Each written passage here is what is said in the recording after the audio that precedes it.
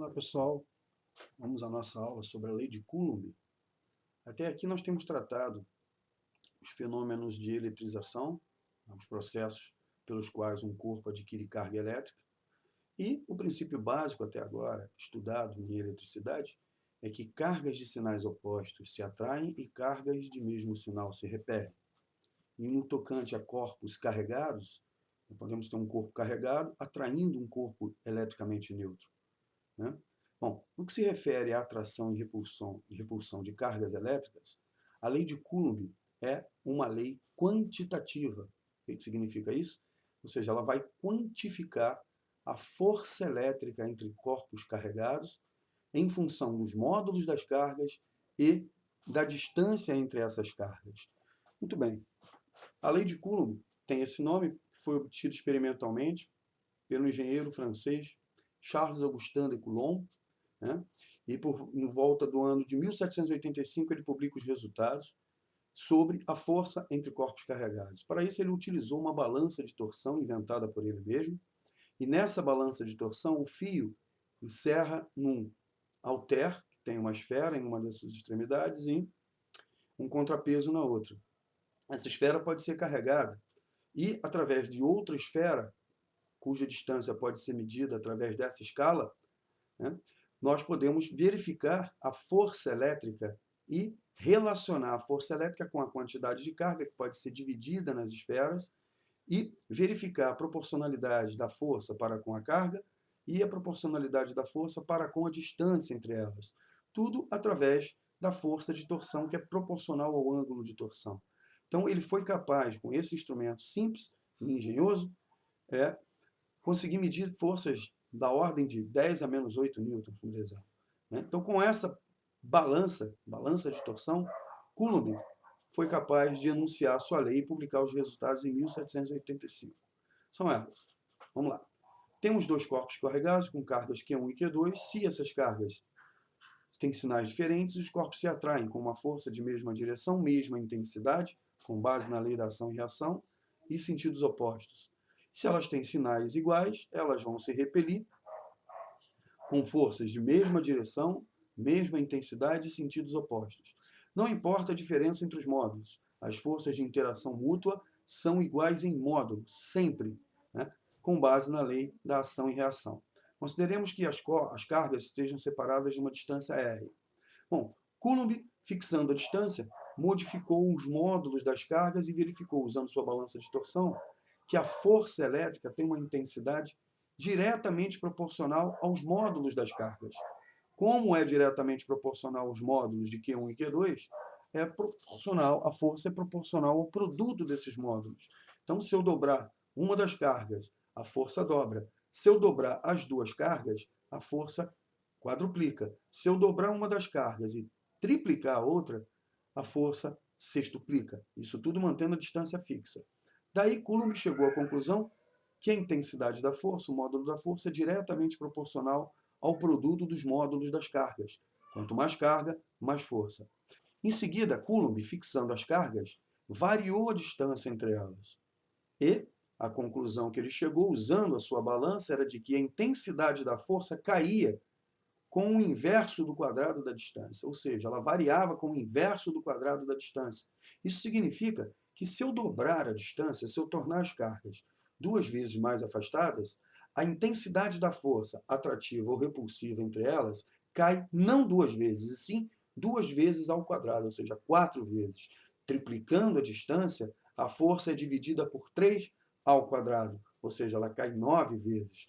Reduzindo a distância pela metade, aproximando as cargas duas vezes mais em relação à distância anterior, a força aumenta pelo fator 2 ao quadrado, ou seja, 4 vezes. Reduzindo a distância a 1/3, ela passou a aumentar 3 ao quadrado vezes, ou seja, 9 vezes. Daí Coulomb concluiu que a intensidade da força elétrica, eletrostática, era inversamente proporcional ao quadrado da distância entre as cargas. Reunindo tudo isso numa única relação, Coulomb concluiu que a intensidade da força eletrostática entre duas cargas de módulos Q1 e Q2, não importa se elas sejam positivas ou negativas, o sinal da carga vai dizer se a força é atrativa ou repulsiva. Sinais diferentes, atração, sinais iguais, repulsão. Bom, a lei de Coulomb se refere à intensidade dessa força, independente do sinal. Então, é proporcional ao produto dos módulos das cargas e inversamente proporcional ao quadrado da distância entre elas. Notem a semelhança entre a força elétrica, a força coulombiana, a lei de Coulomb, entre cargas elétricas e a lei da gravitação universal de Newton, publicada cerca de 100 anos antes, em 1687. A lei da gravitação universal diz que a força gravitacional entre duas massas, sempre atrativa, não existe repulsão gravitacional, sempre atrativa, é proporcional ao produto das massas que interagem e inversamente proporcional ao quadrado da distância. Então, matematicamente, a lei de Coulomb é idêntica à lei da gravitação universal de Newton. O que a diferença essencial é que as cargas podem se atrair ou se repelir. E essa constante, que conecta as unidades de força, carga e distância, no caso da lei de Coulomb, ela é local. Já a constante da gravitação universal, ela é universal. Ela independe do lugar onde os corpos se encontram. Né? Bom, enfim, então a lei de Coulomb diz que a força eletrostática entre duas cargas é proporcional ao produto dos módulos das cargas e inversamente proporcional ao quadrado da distância entre essas cargas. Essa constante é chamada de constante eletrostática do meio. Ela depende do meio. No vácuo, ela tem o valor de 9 vezes 10 a 9 newtons em unidades do sistema internacional. Força em newton, distância em metro, como a distância está ao quadrado na lei, fica metro ao quadrado, e não metro quadrado, área. Isso não é área, é distância ao quadrado. Por Coulomb ao quadrado, já que você tem carga vezes carga. Coulomb vezes Coulomb, Coulomb ao quadrado. Bom, essa constante também pode ser escrita, como veremos em aulas futuras, em função da permissividade elétrica do meio. Esse 4π aparece como uma consequência da lei de Gauss. Muito bem. Essa constante, chamada permissividade elétrica do vácuo, em unidades do sistema internacional, é cerca de 8,85 vezes 10 a menos 12 Coulomb quadrado por Newton metro ao quadrado. Tá? Não há necessidade de preocupação com essa constante, mesmo porque essas constantes são fornecidas nas questões. Vamos lá, mas o que significa essa constante K no vácuo, com esse valor? O que significa esse valor? Bom, esse valor significa que se estivéssemos no vácuo duas cargas de 1 Coulomb cada uma, sinais iguais se repelem, sinais diferentes se atraem. Bom, a 1 metro de distância, essas cargas de módulo iguais a 1 Coulomb, a uma distância de 1 metro no vácuo, vão se atrair ou se repelir com uma força de... Bom, substituindo na lei de Coulomb, no vácuo essa constante vale 9 vezes 10 a 9, 1 Coulomb dividido por 1 metro ao quadrado. Isso vai dar 9 vezes 10 a 9 newtons. 9 bilhões de newtons. Ou seja, duas cargas de 1 Coulomb no vácuo, ou no ar aproximadamente, separadas de uma distância de 1 metro, atraem-se ou repelem-se com uma força de 9 bilhões de newtons. Ou seja, a força gerada por 1 Coulomb de carga é muito grande. Para efeitos de comparação, com essa força seria possível sustentar, equilibrar 180 mil caminhões de 5 toneladas cada um, sendo 5 toneladas 5 vezes 10 a 3 quilos, cujo peso total seria de 5 vezes 10 a 4 newtons, dividindo 9 vezes 10 a 9, 9 bilhões, por 50 mil newtons, teremos 180 mil unidades, ou seja, 180 mil caminhões conseguiriam ser equilibrados por uma força gerada por 1 Coulomb de carga, separadas de 1 metro de distância. Isso significa que o Coulomb é uma unidade grande, porque gera forças muito grandes para distâncias ordinárias. Por isso, usamos os submúltiplos, né? O milicoulomb, que seria a milésima parte do Coulomb, o microcoulomb, que seria a milionésima parte do Coulomb, o nanocoulomb, que seria a bilionésima parte do Coulomb, e o picocoulomb, que seria a trilionésima parte do Coulomb. Então, milicoulomb, 10 a menos 3 coulombs, microcoulomb, 10 a menos 6 coulomb, nanocoulomb, 10 a menos 9 coulomb, e picocoulomb, 10 a menos 12 coulomb. Muito bem, essa tabela nos ajuda a ilustrar como a força varia com a carga, com o módulo das cargas, e como ela varia com a distância. Então, consideremos a seguinte situação. Uma carga de módulo Q1 interage com uma carga de módulo Q2 separadas de uma distância R com uma força F. Muito bem. O que acontece com a força se eu dobrar o módulo de Q1, triplicar o módulo de Q2 e dobrar a distância entre elas?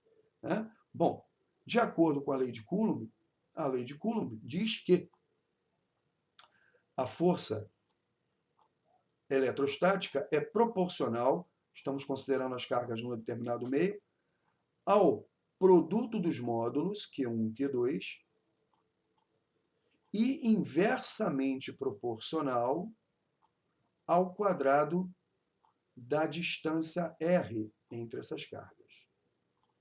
Isso significa que na situação inicial, se eu dobrar uma das cargas, se eu dobrar uma das cargas, vamos chamar a força nessa nova situação de F1. Então a força F1, dobrando uma das cargas, teremos o fator 2 para a força. Triplicando a outra carga, teremos o fator 3 para a força. E multiplicando a distância por 2, teremos o fator 1 sobre 2 ao quadrado. Ou seja, todos esses fatores alterados, né, a carga Q1, a carga Q2 e a distância, fazem com que a força total, F1, na segunda situação, na segunda configuração, seria 3 meios da força original. Ou seja, dobrando uma das cargas, triplicando a outra e dobrando a distância entre elas, a força aumenta em 50%. Ela passa a ser 1,5 vezes maior do que a força anterior, original. Na segunda situação, na segunda alteração, que eu vou chamar de F2, o que vai acontecer com a força se a carga Q1 tiver seu módulo reduzido pela metade, como a força é diretamente proporcional à carga, fator 1,5 na carga, fator 1,5 para a força. A outra carga foi quadruplicada, fator 4 na outra carga, fator 4 na força. E a distância foi dividida por 2. Se eu dividir a distância por 2, como a força é inversamente proporcional ao quadrado da distância, teremos um fator 2 elevado ao quadrado em relação à força inicial, a força original. Então, teremos aqui 4 vezes 4, 16 por 2, uma força 8 vezes maior. Né? Bom, no terceiro caso, eu triplico uma das forças, fator 3 para a força, porque eu tenho fator 3 na carga Q1. A outra carga foi reduzida a 1/3. Fator 1/3 na outra carga, fator 1/3 na força. Tudo isso multiplicado. Se eu triplicar a distância, fator 3 na distância, fator 1 sobre 3 ao quadrado na força. Daí, o efeito de triplicar uma das cargas e reduzir a outra a 1/3 cancelam-se mutuamente. O que sobra aqui é o fator 1/9 devido ao fato de triplicar a distância. Então, a força passa a ser 1/9 da anterior. Nessa outra situação, então, a força F4 seria reduzindo 1/4 a carga Q1, fator 1/4 na força. Quintuplicando a carga Q2, fator 5 na força, porque força e carga são diretamente proporcionais. Agora, se eu multiplicar a distância por raiz de 3, eu vou ter que dividir a força por raiz de 3 ao quadrado. Então, todos esses fatores, teremos 5 no numerador, raiz quadrada de 3 ao quadrado, 3 vezes 4, 12. Então, todos esses fatores tornam a força 5/12 da original. E, finalmente, aqui na última linha, a força F5 com as seguintes alterações. F5 corresponde a, vamos lá, se eu quintuplicar uma das cargas, eu quintuplico a força, fator 5. Se eu dobrar outra carga, eu dobro a força, fator 2. Então, esse conjunto já torna a força 10 vezes maior. Agora, se eu dividir a distância por raiz de 7, eu vou ter que multiplicar a força por raiz de 7 ao quadrado, que é 7. Então, todos esses fatores em conjunto, raiz de 7 ao quadrado, 7, vezes 10, tornam a força 70 vezes maior. Então, essa tabela, com esses valores distintos, constitui um exercício de como a força varia com o módulo da carga e como ela varia com a distância. Ok? Muito bem. Então, reparem que a força eletrostática, quando a distância entre as cargas é R ou D, a força vale F. Se eu dobrar a distância, a força cai 4 vezes. Se eu triplicar a distância, ela cai 9 vezes. Se eu quadruplicar a distância, ela cai 16 vezes. Então, temos aqui uma função exponencial, sendo que o gráfico em vermelho jamais toca os eixos D ou F. Por quê? Porque quando D tende ao infinito, ou seja, quando as cargas estão a uma separação infinita uma da outra, né, uma distância muito grande, a força eletrostática entre elas, de acordo com a lei de Coulomb, tende a zero. Isso significa que, exemplo da força gravitacional, a força elétrica ela teria um alcance infinito, né? Ou seja, os eixos F e D são assíntotas, né? Acompanham o gráfico, a curva vermelha, até o infinito. É o caso de uma função dessa, é uma função exponencial. Então, quando a distância tende ao infinito, uma distância enorme entre as cargas, a força é quase imperceptível. Por outro lado, quando D tende a zero, quando a distância entre as cargas tende a zero, quando elas estão muito próximas, a força de repulsão ou de atração tenderia ao infinito. Aí nós já entramos em outra seara, né? A interação coulombiana, né? A interação eletrostática, ela é substituída pela interação nuclear forte, né? Então, o gráfico da força em função da distância é o gráfico de uma função exponencial, tá? Que tem um comportamento assintótico nos dois eixos, distância e força. Muito bem. Bom, vamos a um exemplo de aplicação da lei de Coulomb. Dois corpos A e B, de cargas 3 vezes 10 a 4 Coulomb menos 2 vezes 10 a 4 Coulomb, respectivamente, sofrem força de interação elétrica, estando a 3 metros de distância um do outro. Então, temos duas cargas, dois corpos. A e B, um com uma carga de 3 vezes 10 a 4, 30.000 coulombs, e outro com uma carga de menos 2 vezes 10 a 4, menos 20.000 coulombs. Uma carga imensa, né? Bom, enfim, uma carga positiva, outra carga negativa, a força de interação mútua, a mesma força, pela lei da ação em ação, tem módulo F dado pela lei de Coulomb. E o problema pede que determinemos o valor dessa força de interação, seu módulo. Muito bem, dada aqui a constante eletrostática, igual a 9 vezes 10 a 9, Newton, metro ao quadrado por Coulomb ao quadrado. Todo mundo aqui no sistema internacional, cargas em Coulomb, distância em metros, então a força só pode estar em Newton. Então, aplicando aqui a lei de Coulomb, F é igual a K módulo de Q1 vezes o módulo de Q2 dividido por R ao quadrado, a distância entre elas. É uma questão de substituição, né? Todo mundo está em unidades do sistema internacional. Então, K, 9 vezes 10 a 9, módulo de Q1, 3 vezes 10 a 4, módulo de Q2, módulo de menos 2 vezes 10 a 4, é 2 vezes 10 a 4. Sobre 3, que é a distância em metros, ao quadrado. Bom, esse 3 ao quadrado dá 9, que cancela com 9 do numerador. Então, temos aqui 3 vezes 2, 6. 10 a 9 vezes 10 a 4 vezes 10 a 4 é 10 elevado a 9 mais 4 mais 4. 9 mais 8, 17. Então, 6 vezes 10 é 17 newtons, uma força colossal, né? Já que as cargas são muito grandes. Muito bem, então gabarito aí, letra D. Questão, o exemplo 1, né? 6 vezes 10 a 7 newtons. Vamos à próxima questão. Muito bem. Exemplo 2. 3 partículas eletrizadas com cargas positivas, QA igual a QB igual a QC, essas 3 carguinhas positivas têm módulos iguais, QA igual a QB, que é igual a QC. Estão fixas em 3 vértices de um cubo, conforme a figura. Muito bem. Sendo FAB a intensidade da força de repulsão entre QA e QB, FBC, a intensidade da força de repulsão entre QB e QC, e FAC, a intensidade da força de repulsão entre QA e QC. É correto afirmar que? Muito bem.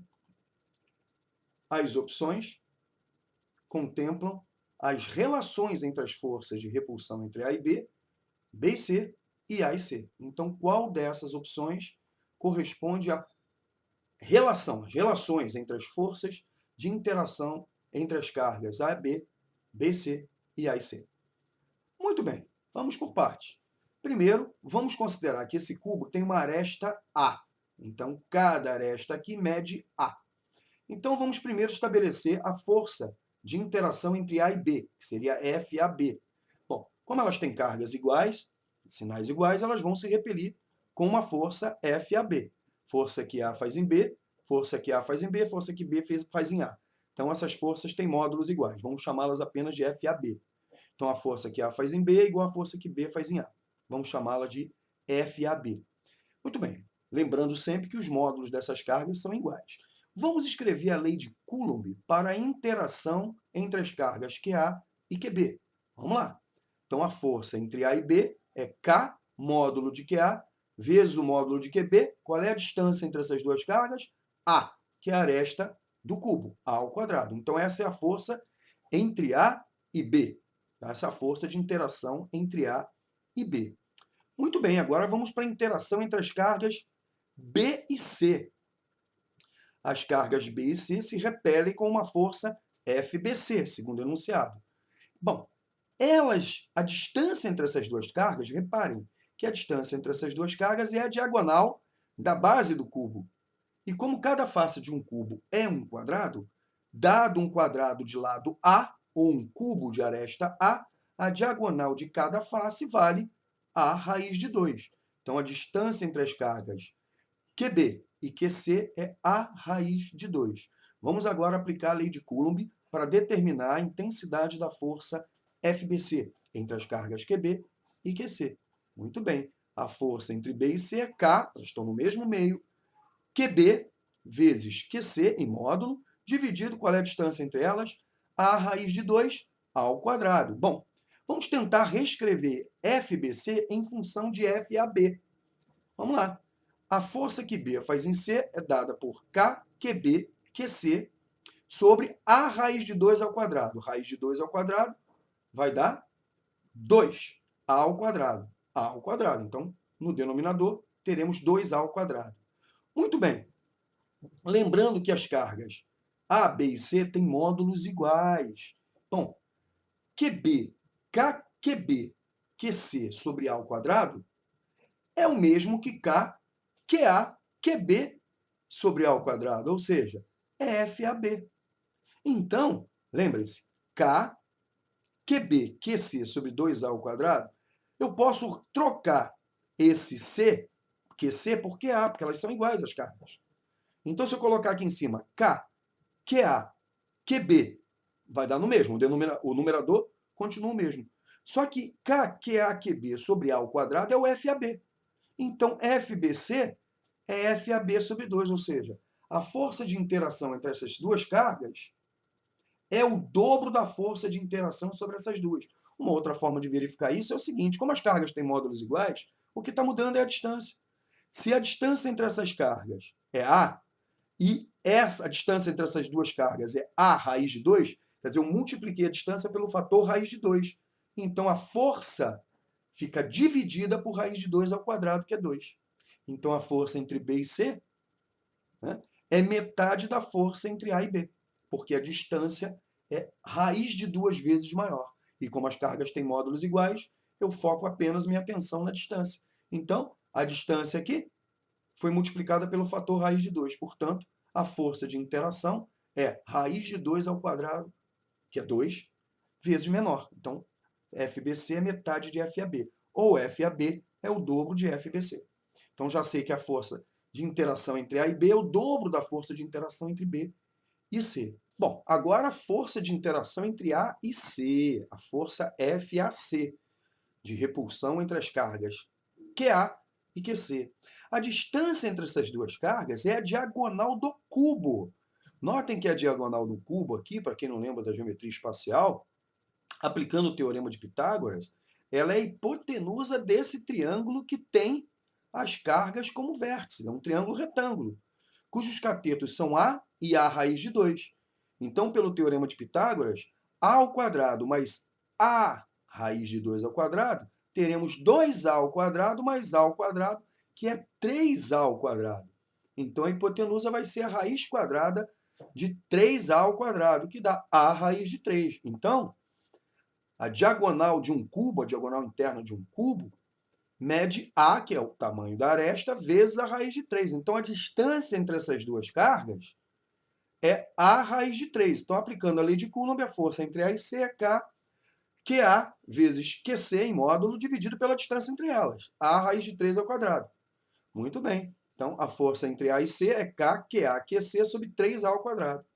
Lembrando, mais uma vez, que QA é igual a QB, que é igual a QC. Se eu trocar esse QC por QB, ninguém vai ver a diferença. Só que QA, QB é a força entre A e B, que é K, QA, QB sobre A ao quadrado. Só que aqui tem 1/3. Isso quer dizer que a força entre A e C é 1/3 da força entre A e B. Portanto, a força entre A e B é 3 vezes a força entre A e C. Também podemos usar o argumento de como as cargas têm módulos iguais. Se a força entre A e B corresponde a uma distância A, a força entre A e C corresponde a uma distância A raiz de 3. Mudei apenas a distância, como se eu tivesse o mesmo par de cargas separadas de uma distância multiplicada por um fator raiz de 3. Isso faz com que a força seja dividida por raiz de 3 ao quadrado, que é 3. Então, a força entre A e C é 1/3 da força entre A e B. Então, a força entre A e B é o triplo da força entre A e C. Juntando todos os dois resultados, teremos a força entre A e B é o dobro da força entre B e C e é o triplo da força entre A e C. Resposta, a letra E. Valeu, pessoal. Um abraço aí e até a próxima aula.